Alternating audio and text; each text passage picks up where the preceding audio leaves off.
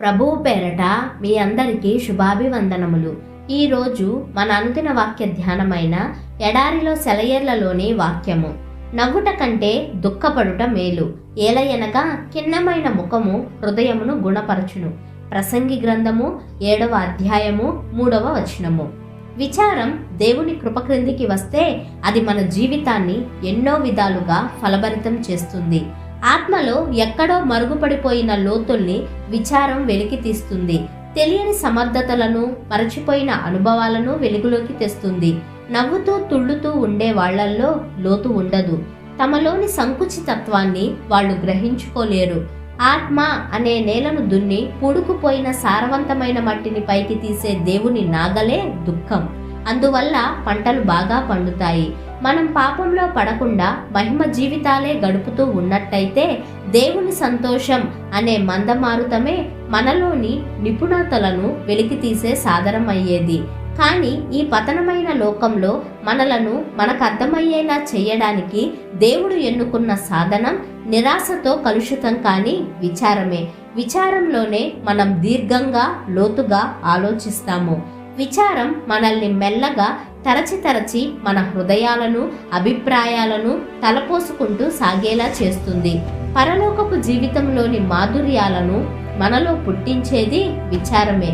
దేవుని కొరకు, తోటి మానవుల కొరకు సేవ చేయడం అనే మహాసముద్రంలో మన సమర్పణ నౌకని నడిపించడానికి మనల్ని ప్రోత్సహించేది విచారమే. ఒక గొప్ప పర్వత శ్రేణి దగ్గర కొందరు సోమరి జనం నివసిస్తున్నారు. ఆ పర్వతాల లోయలను, దారులను వెళ్ళేప్పుడు పరిశోధించడానికి పూనుకోలేదు. ఒకరోజు ఆ ప్రాంతాల్లో పెను తుఫాను వచ్చింది. వాళ్ళున్న ప్రాంతం మునిగిపోయే ప్రమాదం వచ్చేసరికి తప్పనిసరి వాళ్ళంతా పర్వతాల్లోకి వెళ్లి నివాస స్థలం కోసం వెతకసాగారు. ఆ గాలివానలోనే వాళ్ళకి ఆ పర్వతాల నిండా మంచి గుహలు, పండ్ల చెట్లు, నీటి వాగులు, మానవ నివాసానికి అన్ని సౌకర్యాలున్న ప్రదేశాలెన్నో కనిపించాయి. అప్పటిదాకా వాటిని వృధాగా పోనిచ్చినందుకు వాళ్ళు బాధపడ్డారు. మనం కూడా ఇంతే. మన వ్యక్తిత్వపు యువతలి అంచులో ఏ చలనము లేకుండా ఉంటుంటాము.